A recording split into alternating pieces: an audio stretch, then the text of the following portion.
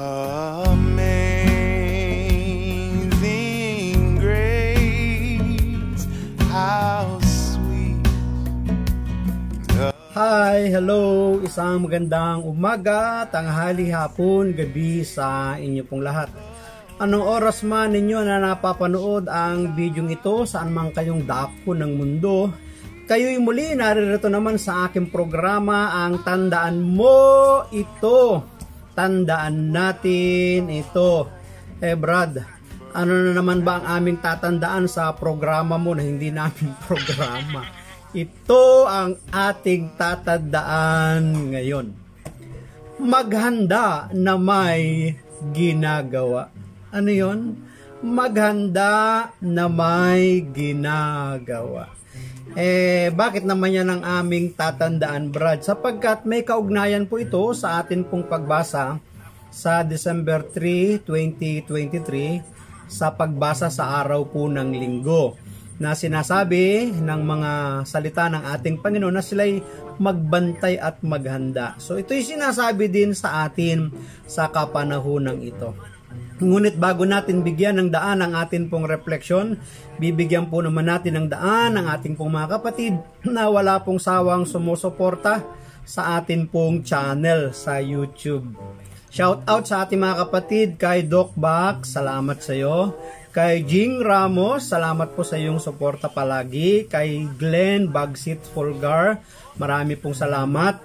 At kay Sister Nympha Ai, salamat po sa iyo.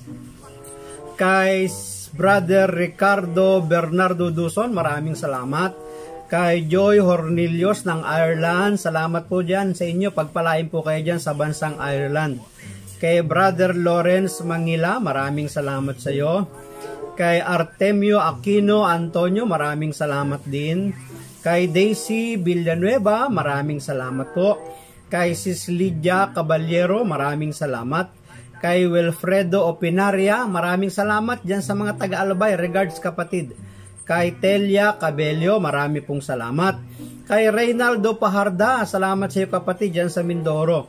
Kay Josepina Pahardo, maraming salamat. Kay Sis Marivic Perez, marami pong salamat. Kay Father Honey Kilapio, marami pong salamat. Kay Jason Villamil, maraming salamat din. Kay Raquel de Guzman, marami pong salamat. Kay J. Chris Bautista, marami pong salamat. Kay Cheska, first time po niya, wala pong apelyido, ito po yung kanyang channel. Kay Emmanuel Niminio, marami pong salamat sa iyo kapatid. Kay Evangeline Quinto, maraming salamat. Kay Sis Daisy Villanueva, marami pong salamat sa iyong patuloy na pagbalik.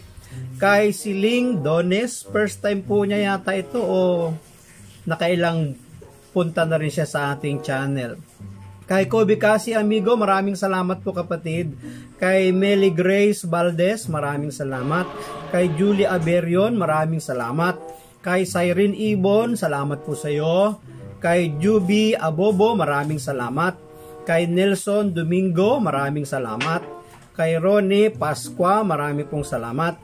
Kay Alberto Naba, maraming salamat kapatid. Kay Gershon Traso, maraming salamat. Kay Elena Monta, marami pong salamat sa iyo.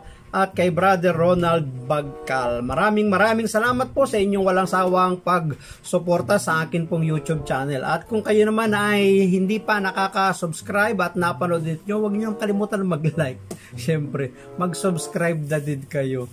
At wag lang kayo mag-like, mag-comment din po kayo para maisama po kayo sa atin mo pong mga Sunday Gospel Reflection.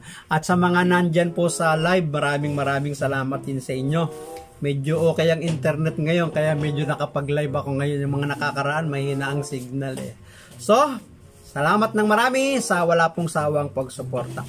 At tayo na nga po ay dadako sa atin pong reflection. Ano yung ating tatandaan? Maghanda na may ginagawa. Ang atin pong pagbasa ay hahanguin natin sa Ebanghelyo. Ang kabanata ay 13, mga talatang 33 hanggang 37. At ganito nga po ang pagkakasaad. Mag-ingat kayo at maging handa. Dahil hindi ninyo alam kung kailan ito mangyayari. Ang katulad nito ay isang taong maglalakbay sa malayo. Iniwan niya ang kanyang tahanan sa pamamahala ng kanyang mga alipin. Binigyan niya ang bawat isa ng kanya-kanyang gawain at inutusan niya ang tanod na magbantay. Gayon din naman, magbantay kayong lagi dahil hindi ninyo alam kung kailan darating ang Panginoon ng sambahayan. Ito'y maaaring sa takip silim, sa hating gabi, sa madaling araw o kaya'y sa umaga. Baka siya'y biglang dumating at maratnan kayong natutulog. Ang sinasabi ko sa inyo'y sinasabi ko sa lahat, maging handa kayo. Pagpalain po ng Diyos ang pagkabasa ng kanya pong mabuting balita. Pinupuri ka namin, Panginoong Hesu Kristo. Magpapatuloy, ano po yung ating pamagat? Maghanda na may ginagawa. Bakit naman maghanda na may ginagawa? Kasi totoo naman, di ba? Kapag wala kang ginagawa, nakakainip eh. Pag wala kang ginagawa, boring, di ba? Lalo na sa panahon ng paghihintayan or tipanan, di ba? Kailangan maging mahaba ang iyong pasensya habang naghahanda, di ba? Habang naghihintay. At yung salita ding paghahanda, alam natin maraming pwedeng paggamitan yan. Kapag alam mong traffic ang lugar na iyong pupuntahan, ay dapat maaga pa lang naghahanda ka na sa iyong paglalakbay. Kung ikaw naman ay sasali sa isang palaro, bay kailangan paghandaan mo, magte-training ka para maging malakas ka yung resistensya mo, di ba? Ang isang boksingero, kapag alam mong medyo malakas ang iyong kalaban, pinaghahandaan ang laban na yan, di ba? Ganon din yung pakikipagdigma sa ibang bansa, sa ibang lugar, sa ibang bayan. Bago ka gumawa ng hakbang para sa pakikipagdigma, kailangan handa ka. Handa ang iyong mga tao, handa ang iyong mga armas, handa ka ring mabigo at matalo, di ba? Marami tayong mga pinaghahandaan. Kung tayo din ay papasok sa larangan ng pagninegosyo, kailangan paghandaan mo din yun. Ang alin, ang maraming mangungutang, ang maraming hindi magbabayad, di ba? Kailangan maging handa ka ring mabigo. Pero, hindi yun ang titingnan natin. Ang dapat nating paghandaan ay yung positibo, yung pagtatagumpay, yung ating panalo, yung ating pagwawagi, di ba? So, simulan po natin ang ating pong pagninilay. Maghanda na may ginagawa. Unang puntos na gusto nating puntusan ay yung una, mangyayari sa hinaharap. Bakit? Ano ba yung mangyayari sa hinaharap? Sabi ng verse 33, mag-ingat kayo at maging handa dahil hindi ninyo alam kung kailan ito mangyayari. Ito po mga salitang binabanggit ng ating Panginoong Hesus na hindi ninyo alam kung kailan ito mangyayari. Kung itataas po natin ang pagbasa sa Mark chapter 13, kasi ang binasa natin ay 33 hanggang 37, kung pasisimulan natin sa unang verse ng kabanatang 13 ng San Marcos, binabanggit po doon yung tinutukoy na sinasabi ng Panginoon na darating na pagkawasak sa templo. Pinoprophesy na ng Panginoon sa kanyang mga kausap, sa kanyang mga kababayan, sa kanyang mga alagad, ang magiging kaganapan ng pagkawasak ng templo. At alam naman natin, ang panahon ng year 70 AD ay talaga namang naganap yung sinabi ng ating Panginoong Hesus. Nagkatotoo yun, pinropesay niya yun. At pagkatapos, hindi lang yon kundi yung tinutukoy pa ng Panginoon na kahirapan at pag-uusig na darating. So pagkatapos ng mga kaganapan na yon, mayroon pong mga kahirapan, mayroong mga pag-uusig, may mga persecution, may mga paghahabol, di ba? Pagpapahirap. Saan? Sa mga Kristiyano at mga mananampalataya, hindi lang sa mga Hudyo noong mga panahon na yon na naganap yung pagkawasak sa templo. At meron pang binabanggit yung kalapastangan ng walang pangalawa. Alam natin na hindi pa nagaganap yung kalapastangan ng walang pangalawa sapagkat alam natin na lalapastanganin ang banal ng Diyos, ang Panginoong Jesucristo, kahit ang trono ng Diyos ay lalapastanganin. At sino ba ang lalapastangan? Ay di ang kalaban ng Diyos, ang kalaban ng Panginoong Jesucristo, ang kalaban ng mga Kristiyano. Hindi pa nagaganap yun. At yun ang sinasabi ng ating binasa, hindi ninyo alam kung kailan ito mangyayari. So may binabanggit ang Panginoong Hesus na magaganap sa mga susunod pang panahon na nangyari na yung iba at yung iba pa naman ay hindi pa nangyayari. At yung tinutukoy na rito ay kasunod yung pagbabalik ng ating Panginoong Hesus, di ba? Marami na pong nakakatakot na mga balita na nababalitaan natin sa mundo, sa daigdig. Ang isa pang kinakatakutan ng maraming tao ngayon ay yung mawala ang signal ng internet. Dahil sa ano? Dahil sa storm, diba? Saan ang storm? Sa solar superstorm na tinatawag nila, diba? Na yung init ng araw medyo matatalsikan ng daigdig. Kapag nangyari daw yun, mawawala ang internet. Paano na tayo makakapag-live? Paano na tayo mapapanood yan kapag nangyari na yun? Ngunit, biblical po yun mga tanda sa mga araw, sa mga buwan, sa kalawakan. At kapag nakikita na natin yung mga tandang yan, yan na yung palatandaan ng pagbabalik ng ating Panginoong Hesus. At actually, ito hong ating pagbasa ay pagpapahiwatig na, pagpapauna na talagang darating ang ating hinihintay. At wala naman tayong ibang hinihintay kundi ang ating Panginoong Hesukristo, na ang banggit nga ng marami nating kapatid na hindi Katoliko, second coming. Pero sa mga Katoliko, hindi po ginagamit yung salitang second coming, sapagkat ang tawag natin dyan ay final coming. Kaya naman daw walang third coming, bakit daw hindi tinatawag na second coming? Kasi nga daw walang third coming, walang fourth coming. Final coming na nga daw yan, di ba? So, meron pong pagdating. Kaya nga ito yung mangyayari sa hinaharap. Ito yung mga palatandaan, sign. Inihalimbawa ko po nung mga nakakaraang gospel, di ba? Ang pagsilang ng isang sanggol ay hindi napakadali. Yung paglilabor ng isang ina ay inihalin tulad yun doon sa pagdating ng ating Panginoon, na parang ang daigdig natin ngayon naghihirap, nagle-labor, ang daming mga sakit na nararamdaman. Ngunit pagkatapos ng paglilabor ng isang ina, lumuluwal at iniluluwal ang sanggol. Pagkatapos ng hirap, isang malaking kagalakan ang nararanasan ng ina, sapagkat iniluwal niya, dumating na yung sanggol na kanyang inihintay mula sa kanyang sinapupunan. So, itong nagaganap sa ating daigdig ngayon, paglilabor ito di ba? Nalalapit na yung panganganak, yung pagdating ng ating Panginoon. Kaya itong mga nagaganap sa ibang daigdig, mga digmaan, taghirap, taggutom, mga kalamidad, mga palatandaan sa himpapawid, sa langit, sa araw, sa bituin, sa mga kagutuman, di ba? Sa mga kaguluhan, mga sign yan Pero wala makapagsasabi ng tiyak na araw, oras, panahon ng pagdating ng ating Panginoon. Kahit nga itong mga pangyayari, sabi ng verse 33, mag-ingat kayo at maging handa dahil hindi ninyo alam kung kailan ito mangyayari. Yun yung sa simula ng Mark chapter 13 verse 1 hanggang sa mga patuloy, hanggang sa dumating tayo dito sa verse 33. Ano yung una? Mangyayari sa hinaharap. Pangalawang puntos na gusto po nating puntusan sa atin pong pagbasa, ang sabi ng verse 34, ang katulad nito'y isang taong maglalakbay sa malayo.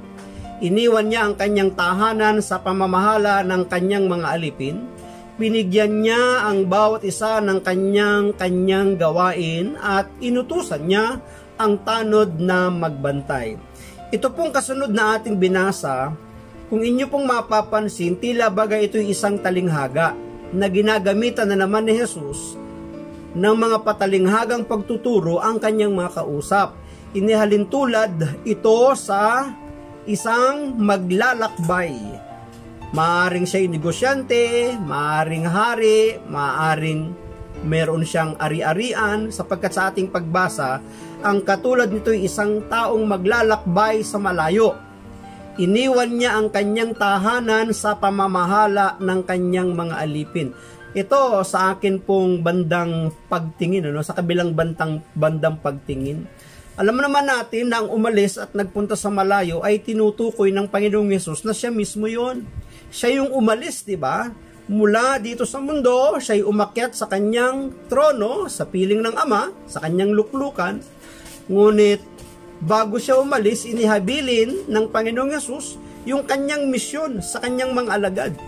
Ito yung kanyang tahanan. Kaya ang tahanan sa akin pong palagay, sa akin lang pagtingin dito, na tinutukoy ng Panginoon sa ating pagbasa, ay ang kanyang iglesia, ang kanyang sambahayan, ang mga mananampalataya. Kasi sabi pa dito iniwan niya ang kanyang tahanan sa pamamahala ng kanyang mga alipin. Binigyan niya ang bawat isa ng kanya-kanyang gawain. Lahat po tayo sa simbahan, sa iglesia, sa church, sa fellowship, sa assembly, ay meron pong kanya-kanyang gawain. Kaya nga tayo yung tinatawag na body of Christ. Tayo yung katawan ng Panginoong Jesucristo sapagkat siya yung ulo. Kung paano ang katawan ay mayroong iba't ibang parte, bahagi, na meron pong nakatakdang kanyang mga gagawin. Iba ang ginagawa ng kamay, iba ginagawa ng bibig, iba ginagawa ng mata, iba ginagawa ng ilong, iba ginagawa ng paa. Lahat ay may kanya-kanyang parte ng gawain. So ito ay tumutukoy sa simbahan, sa akin lang palagay. Ito ay tumutukoy sa body of Christ na pinagkatiwalaan tayo ng na mga iba't ibang mga gawain. Sabi ng verse 34, ang katulad nito isang taong maglalakbay sa malayo, iniwan niya ang kanyang tahanan sa pamamahala ng kanyang mga alipin, binigyan niya ang bawat isa ng kanya-kanyang gawain at inutusan niya ang tanod na magbantay. So habang nasa malayo, yung mga alipin may kanya-kanyang gampaning dapat gawin, hindi lang sila pwedeng tumunganga, hindi lang sila pwede magpaisi-isi sapagkat ang umalis na maglalakbay patungo sa malayo ay siguradong babalik. Wala itong halos ipinagkaiba doon sa pinagkatiwalaan ng mga talento, di ba? After ng mga ilang panahon, bumalik yung nagkatiwala ng talento at sila ay pinapagsulit. Kaya nga pinagbantay yung tanod eh. Bakit mayroong tanod? Alam naman natin na sa isang sambahayan, lalo't may kaya at may kayamanan, meron silang mga tanod, meron silang bantay. Ang kaharian din, may mga tanod, may mga bantayan, may watchtower pa nga. Ano ba ang ginagawa ng tanod? Eh di nagbabantay. Diba? Ano ba ginagawa ng security guard? Eh di bantay. Alin ba ang binabantayan? Eh di yung ari-arian. Ano pa ang binabantayan? Yung mga taong ibig gumawa ng masama. Ano ang binabantayan? Yung kabuuan. Diba? Binabantayan. At ito sa ating pagbasa, ako nakakatiyak na ang binabantayan ng tanod dito ay yung pagbabalik ng kanyang Panginoon. Ang pagbabalik ng may-ari ng sambahayan. Sabi natin ng mga nakakaraan na ang talinghaga ay isang maikling salaysay. Nabanggit natin na ito po'y patalinghagang pamamaraan ni Jesus para iparating yung mensahe dun sa kanyang mga kausap na ito ay magaganap pagdating ng panahon. Ano bang ibig sabihin ng talinghaga? Maikling kwento, maikling salaysay. Pwedeng totoong nangyari, pwedeng kathang-isip lang nung nagsasalita. Ngunit mayroong pahatid na mensaheng makalangit o mensaheng maka-espiritual upang magturo ng espiritual na katuruan or moral na katuruan. Kaya ito po'y patalinghaga, mga kapatid. So yung ikalawang puntos na atin pong pinupuntusan ay may gagawain. Hindi po gagawin ha, may gagawain. Ano yung unang pinupuntusan natin? Bakit ano ba yung ating reflection? Maghanda na may ginagawa. Una, may mangyayari sa hinaharap. Pangalawa, may gagawain. Sino yung may gagawain? Ay di yung mga alipin na binigyan ng magkakaibang gawain doon sa loob ng tahanan. Ay alam naman natin sa isang tahanan, lalo pag may kaya. Yung driver, dapat driver lang siya, di ba? Yung kusinero, dapat kusinero lang siya. Yung gardener, dapat gardener din, di ba? Hindi dapat nakikialam at pinakikialaman yung kanya-kanyang gawain. Sa body of Christ din, ganun din eh. Sa spiritual gifts din, ganun din, no? Sisingitan ko lang ng konti. Sa spiritual gifts, ganun din eh. Yung mga spiritual gifts na ibinibigay sa atin ng Diyos, may kanya-kanyang gampanin yan, may kanya-kanyang gawain yan eh. Pero itong mga magkakaibang regalo, spiritual gifts, hindi po nag-aaway yan, hindi nagbabanggaan, hindi nagpapakialaman yan. Ano ang kanilang gawain? Nagtutulungan sa ikagaganda ng body of Christ. Ganon din sa isang sambahayan na maraming mga tauhan. Dapat nagtutulungan sa ikaiisa at ikatatagumpay ng buong tahanan, ng buong sambahayan. Hindi dapat nagkakabahabahagi. Pero ang malungkot na katotohanan sa atin pong kapanahunan, isa ang ating Panginoon na pinaglilingkuran pero nag-aaway-away. Nagtatalo-talo, diba? Nagdidibadibatihan pa. Nagpapagaligan pa. Sabihin natin, hindi ako yun, hindi kami yun, hindi tayo yun. Ayan, salamat sa inyo sa mga nasa live. Ano? Ayan. So, may gagawain. Lahat po tayo ay may gagawain. May kanya-kanyang gawain. Yung mga pinagkatiwalaan ng mga gawain doon sa tahanan, alam nila na may babalik o alam nilang magbabalik ang nagkatiwala sa kanila doon sa mga gawaing iniatang sa kanila. At maaaring sa pagbabalik nung may-ari ng tahanan na yun, magsusulit sila, magre-report sila, kukumustahin sila, anong nangyari, anong improvement, mayroon bang nabago, mayroon ba kayong ginawa, o tumunganga lang kayo. So habang sila'y naghihintay, hindi lang sila nakatunganga, sila ay gumagawa ng kanilang mga gawain. Parang tayo din mga Kristiyano, mga mananampalataya. Alam natin, napakatagal ng panahong sinabi ng Panginoon na siya'y babalik. Nangamatay na nga yung mga unang nagtiwala at pinagsabihan. Hanggang sa panahon natin, hindi nagbabalik. Diba? Hindi pa rin siya bumabalik. Nakakainip ba yun? Kailangan ba nating mainip? Kailangan ba nating tumunganga? Siguro ang isang dahilan, paraan, para hindi dumating yung kainipan, para hindi tayo mainip sa pagbabalik ng ating Panginoon, gumawa tayo, huwag tumunganga. Ang iba kasi naghihintay na tumutunganga, kaya naiinip. Dapat naghihintay tayo na gumagawa para masaya tayong naghihintay. Yun palang dapat nating gawin. Ano ang dapat nating gawin? Para masayang naghihintay, huwag tumunganga, kundi gumawa. Ano ang ating gagawin? Yung ipinagkatiwala ng Diyos sa atin bilang kanyang alipin doon sa mga gawaing nilagay sa atin ng Panginoon. Kagaya ko po ngayon, mga kapatid. Ako po ay nasa larangan ng social media. Tinatawag na tele-evangelist. Nabanggit ko na rin po na ang tele-evangelist, dalawa ang kategorya. Ang unang kategorya ng tele-evangelist ay ordained by the church. Inilagay ka ng iyong simbahan, ng iyong ministry, ng iyong fellowship, ng iyong kongregasyon sa mga social media platform para i-promote mo ang iyong ministry, para ituro mo ang iyong mga doktrina, ituro ninyo ang mga aral na umiiral sa inyong kongregasyon. Yan ang unang kategorya. Ang tawag po dyan ay ordained by the church. Tele-evangelist ordained by the church. Itinalaga ng kanilang samahan or kongregasyon. Ikaw, Brother Jerry, sino nag-ordain sa'yo? Wala. Wala nag-ordain sa akin. Wala nagtalaga sa akin. Sabi po ni Father Aligan, isang napakagaling na professor namin dyan sa College of Divine Wisdom nung araw. Hindi ko po alam kung nagtuturo pa siya ngayon. Pero naging professor namin siya. Doon sa subject na preaching in media. Doon po ako nagkaroon ng idea para maging tele-evangelist. Binanggit niya po doon, dalawa yung kategorya. Una, ay yung tinatawag na ordained by the church. Ngayon, kung hindi ka inordinahan, hindi ka inilagay, hindi ka tinalaga ng simbahan, congregation, fellowship, assembly, ang tawag daw sa iyo ay self-proclaim yan. Self-proclaim. Oo nga naman, solo. Nag-solo proklama ka. Yan. Self-proclaim tele-evangelist. Kaya nandun ako sa ikalawang kategorya. Wala pong nag-utos sa akin, walang naglagay sa akin. Kusa lang po itong dumating dito sa social media platform, sa YouTube at saka sa Facebook. So, ito maaaring inilagay sa akin ng Diyos. Baka hanggang huling hininga ko na ito habang ako'y nabubuhay. Baka hindi na ako mawala sa ganitong uri ng paglilingkod sa Panginoon. Na makapagbahagi, makapag-reflection ng mga salita ng Diyos sa magitan ng mga Sunday Gospel.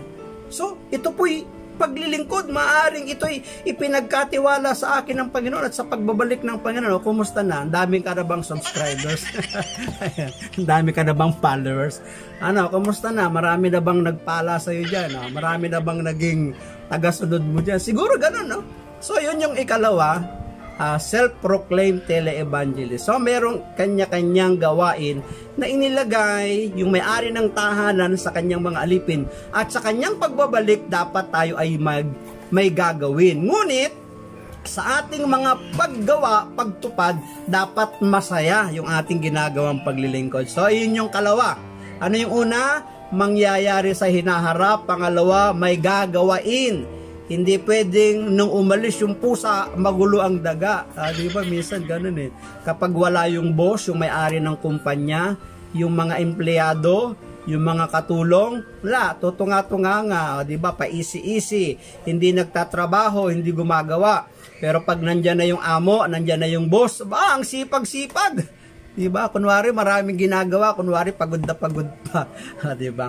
So, may gagawain. Anong sabi ng verse 34? Ang katulad nito'y isang taong maglalakbay sa malayo, iniwan niya ang kanyang tahanan sa pamamahala ng kanyang mga alipin.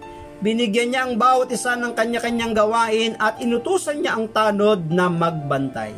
Tayo man ay dapat na magbantay habang tumutupad sa mga tungkuling iniatang sa atin ng Panginoon sapagkat darating ang ating hinihintay. Katlaw na gusto nating puntusan, ano yung ating pinag-uusapan? Maghanda na may ginagawa. Una, mangyayari sa hinaharap. Pangalawa, may gagawain, yung mga alipin at yung tanod. Ikatlo, sabi ng verse 35, gayon din naman. Magbantay kayong lagi dahil hindi ninyo alam kung kailan darating ang Panginoon ng sambahayan. Ito'y maaaring sa takip silim, sa hating gabi, sa madaling araw o kaya'y sa umaga. Baka siya'y biglang dumating at maratnan kayong natutulog. Ang sinasabi ko sa inyo'y, sinasabi ko sa lahat, maging handa kayo. Ito po yung ikatlo. Maghanda sa pagbabalik. Bakit? Sino po ba ang babalik? Di yung umalis. Sino ba ang umalis? Hindi ba't ang ating Panginoong Hesukristo nang siya'y umakyat sa kalangitan, nawala siya sa mga alapaap at siya'y pumunta sa luklukan, sa trono ng Diyos, sa piling ng Diyos? At sinasabi po ng Biblia, John chapter 14, sinabi niya sa kanyang mga alagad, at maaaring sinasabi din ito sa atin ngayon, sa lahat ng mga mananampalataya at tagasunod. Ako'y pupunta na sa Ama, sapagkat sa bahay ng aking Ama ay maraming silid. Kung hindi ganun, di ko na sana sinabi sa inyo. At ipaghahanda ko kayo ng matitirhan. Ipaghahanda ko kayo ng matutuluyan. At kapag naipaghanda ko na kayo, ako ay babalik upang kayo ay sunduin. O, di ba? Sino ang susunduin? Di yung mga nasa Kanya. Sino ang kanyang kakaunin? Yung mga nasa kanya. Sino ba ang kanyang mga pinaghandaan? Di yung taong nilikhang sumunod at kumilala sa kanya. Tayo yun, mga kapatid. Nasabi na ang kanyang pagbabalik, may mga detalyeng kaganapan. Una, yung malaking kaguluhan. Parang akala mo, nililiglig yung daigdig. Itong mga nagaganap sa ating mundo ngayon, ito'y mga sign, mga palatandaan ng kanyang pagbabalik. Sang mga nakakaraang gospel nga na akin pong binigyan ng reflection, kung inyong babalikan, nang siya'y dumating, inihiwalay niya yung mga matuwid, nilagay sa kanan. Yung mga masama, inilagay sa kaliwa. Ano ang kanilang destinasyon? Magkaiba Ang destinasyon ng mga nasa kanan, sa buhay na walang hanggang, nilikha ng Diyos, ginawa ng Diyos bago palikhain ang mundo. Yung mga nasa kaliwa naman, sa kaparusahang walang hanggang inihanda sa demonyo at sa mga kampo ni Satanas at kay Satanas, di ba? So, kung atin pong pupuntahan yung mga nakaraang gospel, ito yung magiging kaganapan sa pagbabalik. Mayroon pong separation. Kaya nga mayroong tinatawag na kamatayan. Mayroon pong tatlong klase ng kamatayan Una, yung eternal death. Yung eternal death, ito yung walang hanggang kaparusahan na sasapitin ng mga hindi kumilala sa ating Panginoon. Yung physical death naman, itong pagputol ng ating mga hininga, yung ating kamatayan sa physical na pagkamatay, yun, physical death. Yung spiritual death naman ay tumutukoy doon sa Genesis ng pagbawalan ng Diyos ang tao na huwag niyong kakainin ang bunga ng punong nasa gitna ng halamanan sapagkat kapag kinain nyo, kayo mamamatay. Kinain naman nila yon, hindi naman sila namatay physical. Ngunit ang namatay doon, yung kanilang relasyong ugnayan sa Diyos. Ang tawag po doon ay spiritual death. Kaya tatlo yung kamatayan. Spiritual death, physical death, at saka eternal death. Tayong mga Kristiyano na nagmimiting makasunod sa kalooban ng Diyos, hindi sasapitin yung eternal death. Ano ang ating magiging kalagayan? Eternal life. Diba? Walang hanggang buhay. Yun yung mga nasa kanan. Kaya nga, pagbabalik ng ating Panginoon, susunduin niya yung mga nasa Kanya at dadalhin doon sa buhay na walang hanggang inihanda. Kaya ano yung ikatlo? Maghanda sa pagbabalik. Nino? Ng ating Panginoong Yesus. At tinitiyak po ng Biblia na siya ay babalik. Kaya nga sinasabi doon, sa verse 35, gayon din naman, magbantay kayong lagi dahil hindi ninyo alam kung kailan darating ang Panginoon ng sambahayan. Ang tinutukoy po ditong Panginoon ng sambahayan ay walang iba kundi ang ating Panginoong Hesukristo mismo. Ito'y maaaring sa takip silim, tinan nyo sa hating gabi, sa madaling araw, o kaya sa umaga. Apat na magkakaibang oras ang pagpipilian ng pagdating ng Panginoon. takip silim, hating gabi, madaling araw o kaya sa umaga, din yung 4 na panahon. Baka siya'y biglang dumating at maratnan kayong natutulog. Ang sinasabi ko sa inyo, sinasabi ko sa lahat, maging handa kayo. Kaya nga magbantay at maging handa. Sa paghihintay ba, paano ba maging masaya? Nabanggit na natin kanina.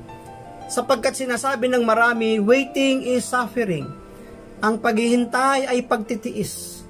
Ang paghihintay ay may kasamang sakripisyo. Totoo naman yun eh. Diba, meron kang tipanan, meron kayong usapan, nauna kang dumating sa lugar, tapos ang tagal dumarating. Sa iyong matagal na paghihintay na walang dumarating, ano ang kasunod? Inis, galit, marami ng tanong, marami ka ng regret, sana hindi ko inagahan, sana hindi ako nagmadali, sana kumain muna ako, sana nag-almusal muna ako, sana pala nagplantsa muna ako, hindi yung ganitong maaga ako dumating, o diba? Marami ka ng regret, kaya yung regret na yon, mag-uudyok na sa iyo na mainis ka na, magalit ka na. Kaya pagdating nung hinihintay mo, imbis na matuwa ka, galit na galit ka na, inis ka na. Tagal-tagal mo! Inubos mo oras ko! Diba? Kaya totoo, waiting is suffering. So, para hindi po tayo mainis, maghintay na may ginagawa. Ano yon? Maghintay na may ginagawa, huwag tumutunganga. Maghintay na may ginagawa, huwag tumunganga para hindi mainis, para maging masaya. Hindi mo namamalayan, lumilipas na yung oras, nauubos na yung oras na hindi ka naiinis kasi busy ka, meron kang ginagawa. Ito yung ikatlo, ano man ang ginagawa, laging ang isipan ay sa pagbabalik ng ating Panginoon. Habang tayo nagpapatuloy sa ating mga ginagawa, tumutupad ng mga tungkuling iniatang sa atin ng Panginoon, dapat ang ating isipan pa rin nakatuon na naghihintay sa pagbabalik ng ating Panginoon. Yun yung trabaho ng tanod.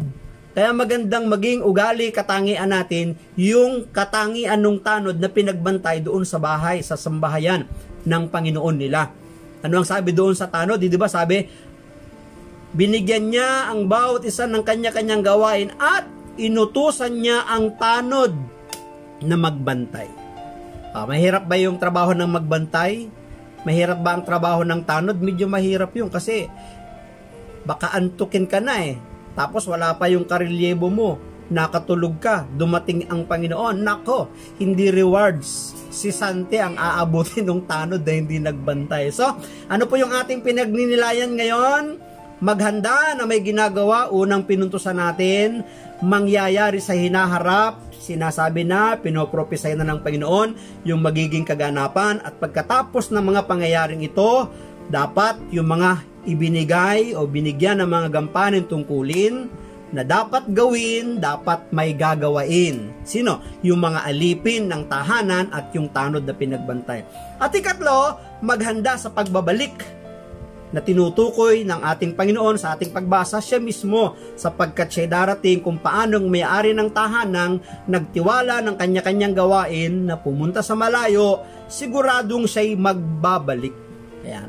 Si Jesus din, siya'y umakyat mula sa lupa patungo sa piling ng Ama at nagsabing pag natapos niya na yung kanyang inihandang tutuluyan, tatahanan, mga bahay, mansion, sabi nga babalik siya upang sunduin ang mga nasa kanya at upang dalhin doon sa buhay na walang hanggan. So, maghanda sa pagbabalik. Kaya nga ito ang hamon sa atin. Makapagbabantay ba tayo at makapaghahanda? Merong tanong ang Panginoon bago siya umakyat sa langit, na ang sagot nasa atin. Sa pagbabalik kaya ng anak ng tao, may madatnan pa kaya siyang mga taong nananalig sa kanya? Tanong na hamon sa atin yun. Tanong na hamon sa kanyang mga alagad. Tanong na hamon sa lahat ng mga mananampalatayang Kristiyano. Sa pagbabalik kaya ng Panginoong Yesus, may madatnan pa kaya siyang mga taong nananalig sa Kanya? Siyempre, tataas tayo ng kamay. Yes, Lord. Kahit maraming pagkukulang, pagkakamali, pagkakasalang nagagawa. Minsan maraming mga pagkakamaling desisyon, pero Lord, andito ako, nananalig pa din. Diba? So, maraming salamat, at kung kayo po ay napagpala ng video pong ito, ng ating reflection, huwag nyo naman kalimutan mag-like and share nyo na rin ang video ito. Siyempre, para mapagpala din naman yung mababahagi na ninyo. At kapag sila'y napagpala, sigurado pagpapalain din po kayo. At huwag nyo rin kalimutan na mag-subscribe. Piliin nyo po yung all dyan, yan, sa bell icon. Para anytime na meron po akong bagong upload, mano-notify po kayo. Ang akin lamang pong palaging masasabi, hayaan po natin na ang Diyos ang palagi ang maging Diyos ng ating mga buhay. Maraming salamat. God bless sa inyo pong lahat. Bye-bye. I've got some burst banana. Maraming salamat sa inyong panunood at kung kayo naman ay napagpala, huwag niyong kalimutan na mag-like and share, mag-subscribe na din at kalimbangin ang bell icon na inyong makikita sa ibaba ng video upang kayo palaging updated sa aking mga video kapag ako ay may bagong upload. Maraming salamat, God bless, and I love you with the love of the Lord. Bye-bye. One from Johnny, in case he passes by this way. And can you pass this on to Minnie so she knows where we're at? And you better send me your address so that I can send you